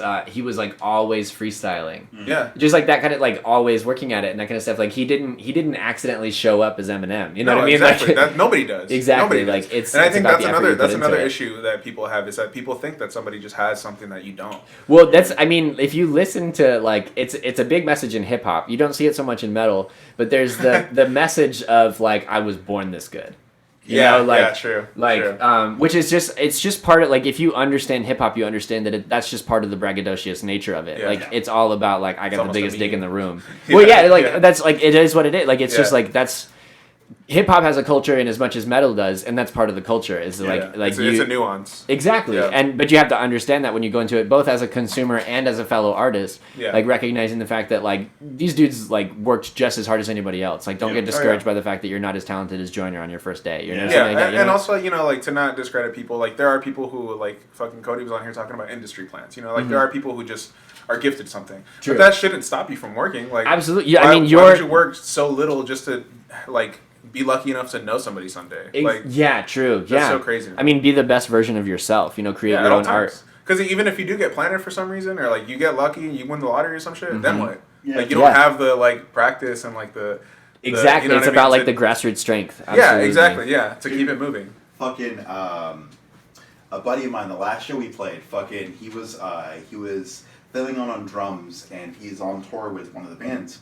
And during casual conversation after the show, I was just like, "Yo, dude, like fucking, like I'm so jealous, man. I want to be on tour." Like, and like fucking, he looked at me and he's just like, "Dude, you guys are just as good as the other bands doing it. You're just not doing it." Yeah. Yeah. Truly. You're Truly. the only reason you're not doing it. And I was just like, oh. Yeah, no, really. Like, But yeah, dude. right? Like, Yeah, the Yeah. people We're who are just not doing succeeding it. are just doing it. Yeah. That's the only difference Straight up. between somebody who's in their bedroom right now, listening to this, or like doing whatever the fuck, not doing shit, and the person who tried at least like 4 times and sold all their shit and fucking like got a camper or some shit. Like, that's literally the only difference between people who become It's something. the hours you put into it. Yeah. I listened to this podcast with Penn Jillette. Oh, cool. Yeah, he was talking about.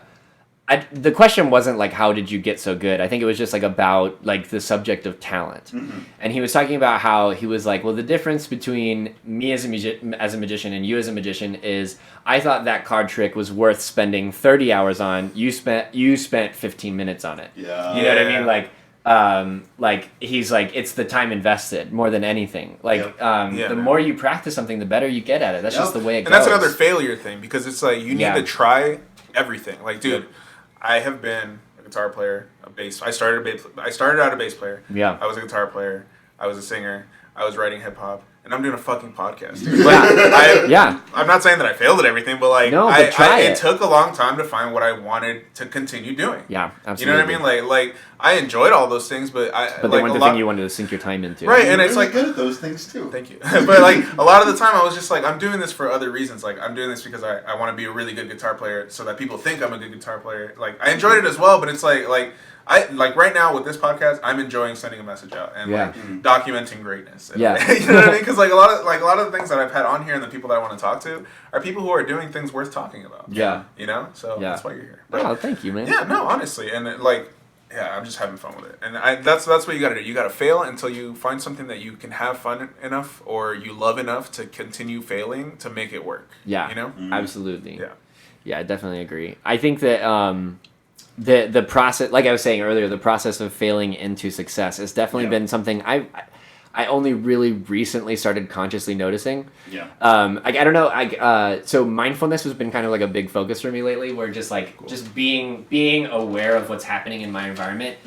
You don't realize how much of your behavior is impulse based until you start to pay attention to your impulses. Yeah. You know, like you really realize, oh shit, like I'm just going through the motions. Like I'm not conscious of the things that I'm doing at all. Yeah, like, you know, you're supposed to be doing this as this person. Exactly. Yeah. Yeah. And like or like I'm hungry, so I'm gonna go get food, or like Yes. I'm going to my job because someone told me to, or just like different things like that. You know, like not thinking about the things I'm doing. And when I finally started to really like pay attention to that stuff, I started paying more attention to my own process of learning as well. I don't remember if this was tracked either, but I'm talking about the arrowheads and everything that I've been working on. So when I first started, I'm still terrible at it, but when I first started working at it and trying to take these rocks and literally smash them into a shape. That's cool. Like it's really weird. Like when you finally when you actually like get it in your hands and you start to do it, you're like, oh fuck, I'm like trying to creatively break this. It's like really weird, you know? Yeah, But like I look at like some of the first couple arrowheads that I made and I can see how shitty they were and how awesome I thought they were when I first got it. I was like, I can't believe how fucking cool this is. and then where I'm at now, and I'm like, oh man, I can literally see the progress that I've been making, which is for so much of my life been like metaphorical. Like you don't really notice when you get better at your job, or you learn like I don't know, in school, like you get a math formula. You just kind of like do that thing. Yeah. Whereas like when I was looking at these physical manifestations of my progress, I was like, oh, this is like what it looks like to learn.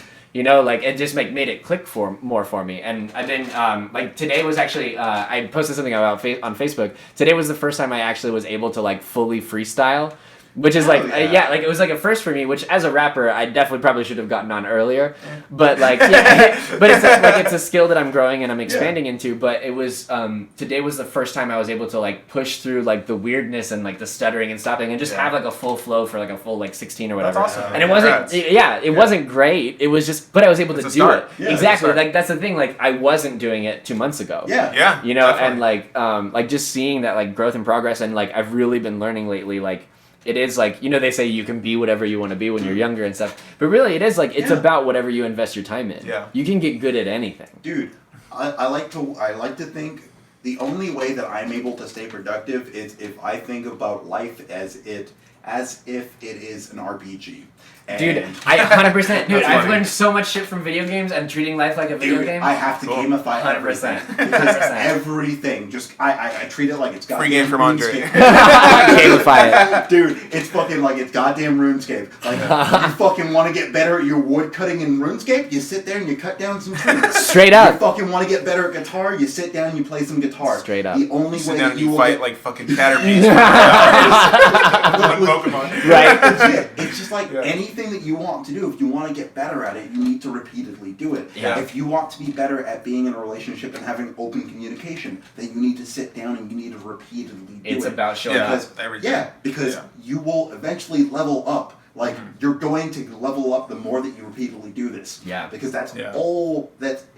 If you're a gamer, then that's all that leveling up is. Just repeatedly grinding at that same thing until you get better at it. Yeah, man. So no matter what, So you will true. get better at it. Yeah. It's truly like people always say like trust the process, but really like trust the process. Yeah. Like really. True. Fucking And amazing. I It's think about the 10,000 hours. It's yeah, I true. honestly I think Absolutely. there needs to be more emphasis on that for sure. Yeah. dude, It's like- not enough. Like only the like I said, like the people who are successful know. You know? Yeah. And they're so successful and they're trying to stay successful that sometimes that doesn't trickle out to the rest of the people. Yeah, the It's how they conversation got gets there. missed. Yeah, exactly. Absolutely. Yeah. But I think that goes back to community as well. Like, Yeah, definitely. Like the type of people you surround yourself with and the conversations you're having, you know? Right.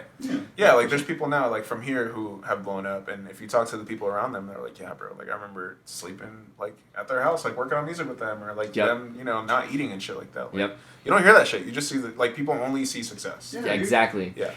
There's this comic I saw like a while ago. It was just like a single frame comic, but it was the image was this man standing at the top of a staircase. It's shown from his back, and he's juggling like 12 different plates, but all the way up the stairs is broken plates. Yeah. But the only thing the audience is seeing is him at the top of the stairs with all 12 plates. Yeah, really. But that image just stuck with me, and it's true. And it's like, man, yeah, nobody sees that climb. Like they just Yeah, see the fruits dude. at the Yeah. end of it. Like you Because have, no one's well, if you think about it, no one's paying attention to you Yeah. until you have something worth paying attention to. Right. Yeah. You know, and like they're just the reason they don't see your failures is because nobody fucking cares at that time, Yeah. which is all the more freedom for you to do it. You know. Right. And also, you've seen like just as a society, we've seen so many people get to that point and then just Yeah. fall off. Yeah. But Yeah. from like drugs or like something, like they did something wrong or they True. fucking now you tweet something, you know, like Yeah. there you see people just like fall off, and that's because they didn't, you know, maybe they didn't put the work in as much as some other people did to bounce back from it, or Yeah. talk to enough people to be like, what do I do about this? Yeah. You know, like, Getting enough perspective. yeah, for that's sure. why community is important, and that's why work is important. dude. I'm scared of the. So I was a shitty person when I was 16. Oh, dude. Yeah, dude. Dude, I know exactly where you're going with We're this. about to air our podcast, dude. Yo, dude, We're about like, to be safe. No, growing watch the podcast. I said. Yo, growing up with social media, being like 16, fucking, like, Yeah. Yeah. those days, like, fucking being able to post whatever you wanted And it's to the rest there of the forever. world. Very unfair. As a teenager. Like, yo, dude, I said some very shitty things. Yeah, and man, I same. own the fact that I was a shit person when I was Yeah. younger, dude. Yeah, I had but to do like, my apology tour. yeah, dude. Yeah, seriously. I'm heading up that apology tour, but just straight up, dude, I know that if I ever fucking make it, fucking somebody's gonna dig back. Just go ahead and dig back from like 2010 to 2012. Just give them a timestamp on your life. I know, right? Yeah, dude. If you're looking for the real shit, I it's was really Really? shitty back then. August of so- 2011. I was going Like- through some shit at that time. Straight up, like, yeah, Yeah. that's probably the time range, 2010 to 2012. Yeah. I posted some pretty shitty things. Yeah. And, like, I'm a completely different person than I was when I was fucking 16. Honestly, though, I don't think that's something people need to worry about. Really. Well, dude, like, I was, fucking, Obama recently, clips surfaced of Obama saying, calling out call-out culture. And Dude, I would love to talk about call out culture as well. Go ahead. Dude, yes, let's talk about fucking call-out And culture. we'll see you next time. And that's a good podcast. And that's a it. wrap. Yeah. Dude, like, call-out culture. Okay, so I understand if the things date back like fucking 2 months ago, Yeah. then yeah, that was something recent enough that yes, That is relevant, yeah. you need to be held accountable for that thing that you said back then. But like fucking when you were bringing up shit that like fucking people said like 10 years ago, like when because we're finally getting to the point where social media is really starting to catch up to us because of that gap between the introduction and where we are now. And so like that's why I'm just like I think call out culture is the biggest crock, like potentially can be the biggest crock bullshit sometimes, because like if you believe in activism, then you need to think that you need to understand that people are capable of change. So like to hold people accountable, like if you're gonna hold everyone accountable for things that they did like 10 years ago before they were changed, seriously. And I'm making it sound like I did some horrible shit, like when I was fucking like. No, I understand. I understand the heart of to say the N-word. I'm not gonna lie, my nigga, I said nigga. No, it was just like honestly for 2010 to 20 fucking it's just shit that wouldn't be acceptable now. I understand. Yeah, like I know what you mean. That's all. And honestly, that's why I say that I don't think that it's something that people should worry about. Yeah. Because if your work is legitimate, you don't have to worry about anything. Period. Right? Like something comes up, you just keep your head down. Sorry. Here's my new song. you know, right? Like if the people that fuck with you because you worked hard enough for them to fuck with you, they're gonna continue to fuck with you. I'll say this on that subject though. Because I agree with your sentiment. That's actually my main philosophy for my own approach to that kind of stuff is the fact that like if anyone ever comes out at me and like has shit to say about me, I will absolutely address it. But also like it is what it. You're gonna think about me what you want to. I'm trying my best to put my best foot forward and like give you the most authentic representation of myself in every encounter we have. But if you want to think something weird about me, I can't control that. Yeah, dude, Crystalia says all the time, and it's funny to be quoting Crystalia, but I mean, 50% of what you put on the internet is for you, and the other 50% is for the people that are on the internet. Like they get to do with it what they want to do with it. Like, absolutely. You don't just post something and call ownership on that. Like for everyone. Like and to there's quote too many people. Crystalia, Babkin, something napkin. Dapping around in a napkin. But well, I think one of the interesting things about call out culture though is I think there is a healthy function and there's an unhealthy function. Yes. I think that like what you were saying, like understanding activism and the role of or the ability of people to change is very important. So there's this podcast called Invisibilia. It's run by. You really fuck with podcasts. I really do. I'm a huge fan. Honestly, like I mean, I tend to like dig into like one artist at a time. Like right now for me, Earth Gang is like one of my biggest. Oh, nice. That's cool. Like that's what I'm like really. That's what I was gonna say earlier. By the way, like so if you listen to the Sorrow Circle stuff when we finally released that, you hear a lot more Earth Gang influence on it from me than you will. Yeah, because that's like all I was listening to was their new release, and was going into it. I'm excited. Cool. It was, dude. It's one of my favorite shit I've done yet. Because that album is just so fucking beautiful. But fuck, now I forgot what I was saying just now. Call out culture. Invisible, and so I listen to a lot of podcasts because I'll like dig into like a single artist and I'll just get tired of listening to music, so I'll just want to listen to people talk. Yeah. But NPR has like some really incredible ones if you want to check out. But there's this thing called they have a subgroup called Invisibilia, which is about subcultures in society that you may not hear about. And one of them they did specifically about the hardcore scene and call out culture. And it's really fascinating because the story that they follow specifically is this this woman who she got involved in like the hardcore scene in I think it was either Seattle or Portland, and she was one of the first female fronted hardcore bands in their scene ever, I think. Wow. And and she was doing really awesome shit. And then like 10 years down the road, someone shared a tweet from hers like years back of her like so at that time she was like a huge advocate for feminism, for equality and that kind of stuff, and but this tweet like resurfaced of her like bullying another woman, and then like this pattern of behavior of her like from that same time frame was like made public of her like abusing women to the point where they felt unsafe in her presence, and that just kind of came to the surface, and like she lost everything that she had been creating in her activism role as well. And so which is like you kind of think about it like going back to the idea of like a person being able to change and becoming an activist themselves from being an antagonizer before. Like ultimately, that's what you want. Yes, but that's probably what a lot of people who like fucking like Che Guevara and all the people who are like known for being activists were shitty at some point. Like, yeah. Well, so what they really dug into in that podcast was when she was called out, and she was ultimately like they really went into like what call out culture does to a person, and like how it like you psychologically isolate and assault that person, as an entire community. It really is like it goes back to very basic human compulsion. Like us as social creatures, one of the worst punishments we can inflict on each other is social isolation. And so exactly, like it goes back to like, okay, well, how do we regulate our community? Because that's ultimately what it comes down to. How do we make, because really like call out culture comes from a good place. It comes from a place of like wanting to hold oppressors accountable, hold abusers accountable, and keep people safe, like advocating for the oppressed and advocating for the underdog. And so like when this woman was called out and she was removed from the scene, the intention was women were coming forward who said, this person makes me feel unsafe, and she's supposed to be an advocate for women's rights. How do we reconcile the two? And ultimately that scene itself came down to the idea that they couldn't. And so she was like effectively like, I mean, we've seen the same kind of thing happen in the Arizona hardcore scene where someone is kicked out of the scene, where essentially what that just means is that like there's no like official decree. There's not like nobody like filed a restraining order against you, but if you show up, you know shit's going down. There's something in the air. Yeah, exactly. Like you're not welcome. And we make that really well known. But like careful saying we. You're like, I'm gonna let you down.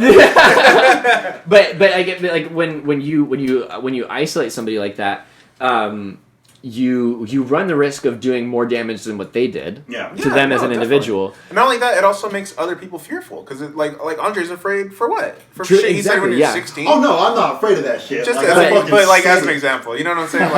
Like I think it does more harm to the community than it does. It really is a double-edged sword because I think that it's a thing that needs to exist. But with context though. Exactly. You know? I think it's a new thing. No, that's where I was going with like that's why I don't think people should worry about that because it is such a new thing. Yeah, I get what you're saying. We got to see the fucking shittiness of it. What tends to happen got to see see the the witch burning. Swing. Yeah. Exactly. We saw the witch burning. The witch burning. In a couple Absolutely. of years, it's not going to be that bad. Like it's going to suck probably, but like I mean, really, come on. Like people grow up. Like the kids who are like we grew up with no internet, and then we had internet, and then. And it's normal for us. Right, but like imagine the people who are a little bit older who are right now calling people out. They grew up so much of their lives without any internet. Yeah. And then they became fucking 30, 40 and like, yo, this person said, isn't that crazy, bro? Yeah, we only got this once, twice in our lifetime, and now we get this every week. Yeah, we get to call people out. You know what I mean? Like how exciting is it as a person to be like, yo, fuck this person. Yeah. You know? Honestly, well, they talk about that in that podcast too. The dude who ended that woman's career, he was like, it was like coming. Like you know, like that's the feeling I'm sure. And again, like the kids who grew up with internet their whole lives, they're not gonna care about it as much. They're gonna how many times like fucking Jalop, he was here talking about like how everything on his life. Like he's like, yeah, I got pictures for when I was 5 on Facebook. That's fucking ridiculous. Yeah. You've been on the internet since you were like your how whole old? life. Yep. Right. Like they're gonna see and so much call out. And the internet is unforgiving. Right. No, well, not only just that. Like imagine how many times they're gonna see people get called out in their lifetime becoming adults. Well, they're not gonna care about it when they're fucking way older. True. Yeah. Right. Just imagine having tangible documentation of the majority of thoughts that you had through the entirety of your life. No, really. Because that is what kids these days are going to It's a live journal for everyone to read. Yeah. And kind of tying back to the to the dark thoughts that we had at the beginning of the podcast here. Kind of to piggyback off what you were saying about everybody in this room will be dead in 20 years. Yeah. A thought that I frequently have is someday Facebook will just be a album of all of your dead friends. Dude, yes. Oh, that's so crazy. Yes, yeah, so true. Sucks. Yeah, it'll be. Well, it's already. So it's already getting that way, but also like it's in one context a social graveyard as well. Yeah. In that it reminds you of. So I took this this sociology course and they were talking about one of the like modern understandings of where anxiety and depression is coming from and why it's exploding more than it has been in the past. Like there's the argument that it's more that like people are more aware and the diagnoses are more prevalent rather than the symptoms themselves. Like to say that like people were just as depressed 20 years ago, they just talked about it less. But one of the ideas about the growth of depression and anxiety is that so there's two main social groups that we as human beings experience. There's our primary and our secondary social group. What the way sociologists define the two is a primary social group is something like your immediate friend group. It's your immediate family. It's the people you go kick it with and you don't need to do anything. You know, like you might not see them for 10 years and you pick up a conversation. It's totally fine. Like that's your your primary social group. Cool. They're the people you go to get validated from. Your secondary social group is people that you band together with for temporary reasons. So it would be like coworkers. It's people you work with on a school project. It's a team. Yeah, different things like that. In the past, as we've evolved as human beings, our social structures were pretty solidified for most of our evolution. Like you grew up with the community you grew up with, and that was it. Now everything is a lot more disheveled and a lot more displaced. But what we're also experiencing in the age of social media is essentially a secondary social group graveyard. Yeah. So this group that is supposed to band together, work together, but also unconsciously has a sense of competition that is in its very nature is draining on you emotionally. Yeah. Never actually goes away. Yeah, they're always there. Like you will like for the rest of your life, as long as you have access to your social media, you're going to have access to these people that you never see anymore. Yeah, that's crazy. And those people have a window to now judge your life for as long as you have access to them. Yeah, dude. And that is so unhealthy because how many times have you thought like I want to post this, but I really don't. But I don't know what people are going to think. Or I know this person's going to think this from work like 30 years ago. Yeah. Or I don't. Yeah, exactly. I don't want that one person to see. I don't want to deal with it. This person to see this. We don't disconnect anymore. Yep. Yeah. We are in constant. And it's just like this mess, like this cobwebs of old relationships in your life that like are just draining. Yeah. You meet somebody at a party for 5 minutes and now you're friends with them on Facebook and you have to worry about what they think about their opinion of you for the rest of your life. Yeah. Yeah. We're such social creatures. Yeah. It's crazy. But I don't know. I think to be optimistic about it, I think like kids are figuring out what to do about it. You know, like there's so many people who just have so many other accounts. Yeah. They're just like, oh no, not that account. Add this one. You know what I mean? Like, that's true. Like I think there is a solution to all this. So to be on the bright side, like. I think just humanity, and honestly, I think humanity's been like that at all times. It's like there's bad shit, and then there's really good shit. So we move as one gigantic organism, growing and shrinking all together. Yeah, absolutely. So growing, where can people find your music? I was gonna say like I know it's getting late. We got to start to wind this down. I got everything's released right now on SoundCloud, but I'm gonna be working etc. AZ. Yeah, right. etc. Arizona or etc. AZ is where I have my handle for Twitter, Instagram, SoundCloud, all that stuff. ETC is where all my stuff is on Facebook. I say it's funny, like the name for my project, I go by both etc. and ETC, because not a lot of people know that etc. spelled out. It actually is like fully spelled out as like a full word. Yeah. And like a lot of people just have come up and referred to me as ETC, so I just stopped fighting it. I was like, yeah, sure, that works too. You know. That's funny. Yeah. Dude, it was so hard. I'm not gonna lie, it was so hard to find your music. I know. Well, I had to dig. I thank you for digging. Yes, I've tried to I've worked on the tags. I've shared it a bunch of There's so many places. etc. people. Exactly. You know what's funny? Before I stuck on the name, I was looking around and couldn't find. For some reason, I couldn't find them. I tried to keep it different enough, you know. And then I released stuff, and I was like, "Fuck, there's so many of us." Yeah. But I ran with it. All of it's going to be tagged in the description. So perfect. I appreciate that. For sure. It started from it's from my initials though. ETC Eric Timothy Claassen. Oh hell yeah. Yeah. You've been I don't know why that never made sense. Yeah. I honestly, I tried to stick with that whole theme of keeping things close to my name with the naming of my EP as well. It's actually it's an anagram of Eric T. Claassen. It's Astral Science is Eric T. Claassen just rearranged. That's really cool. Yeah. Man. That's lucky, dude. I know. I found that I tell people that and everyone's like, what the fuck? That's so crazy. And I was like, honestly, I just threw it in a random anagram generator and it came out with that. It's a great idea. I was stuck on an album name. I was like, I'll throw my name in and see if anything comes up in Astral Science. And I was like, fuck yes. That's a good idea. Yeah. It was just ran for it. So cool. Well, yeah, check out fucking Eric. Etc. It's AZ. Keep an eye out for Sorrow Circle stuff. Yeah, we're going to be doing a lot more Sorrow Circle stuff coming up. I'm actually going to be going back into the studio with Trey anytime soon, really. Cool. We're always writing stuff. I was actually just at his place the other night. I'll show you some unreleased stuff before I take off. Are you But guys gonna be doing any shows or anything like that? definitely we pipeline? plan to. Yeah. Okay. So we did the one Sorrow Circle show as like an EP release for me and several of the other artists. But we're gonna try to expand it more, and we're really working to try to bridge that metal hip hop gap because so many of us are involved in both of those scenes. Yeah. We just want to like really like try to like get that together. So that's definitely going to be a feature for the next one. I think we've been talking with Eric Davis about trying to combine what he's doing with what we're doing too. Cool. And just try to like, cause he's been just killing it in the metal scene and stuff, and like he's like the perfect dude to get in touch with about getting that going. So Nice, man. yeah, so That's awesome. we're trying to get stuff going. Yeah, we'll definitely be on the move. You'll be seeing a lot more about Sorrow Circle and ETC Cool. and all that stuff involved as well. Yeah, and to cap that off as well, if you're a metal fan or a hip hop fan, like you don't have to like both, but if you're gonna support something, support it. You know? Yeah, like absolutely. I mean, like, if you find yourself only listening to hip hop or only listening to metal, like, there's bridge artists you can start with, but like, ultimately, if you boil it down to like what you love about one genre, you can absolutely find in the other one too. right, and also like fucking Young Rama just did a show he was just at a show where there was like hardcore bands. And Yep, I hip-hop saw artists. it on his Facebook story. Yeah, Yep. yeah, Mhm. like just go. Go, Yep. dude. Go see. Like, I feel like there's a They're lot both of such pressure. welcoming communities. Yeah. Oh yeah, 100%. Yeah. But also, I think there's a lot of pressure as a fan to be like, I want to go, but like, I gotta pretend like I like all these rappers as well. yeah, You know yeah. what I mean? Like, I like people shouldn't worry about that. Just Yeah. support what you want to support. Be friendly. And People are fucking- excited you're just in the room. Honestly, Yeah. really, Yeah. like it's so hard as an artist to get anybody to go anywhere. Like, if you're standing there and the room is filled, like that's enough for an So artist. stoked. Yeah. And So it stoked. helps an artist so much too. Yep. So yeah, Yeah, for just real. support people.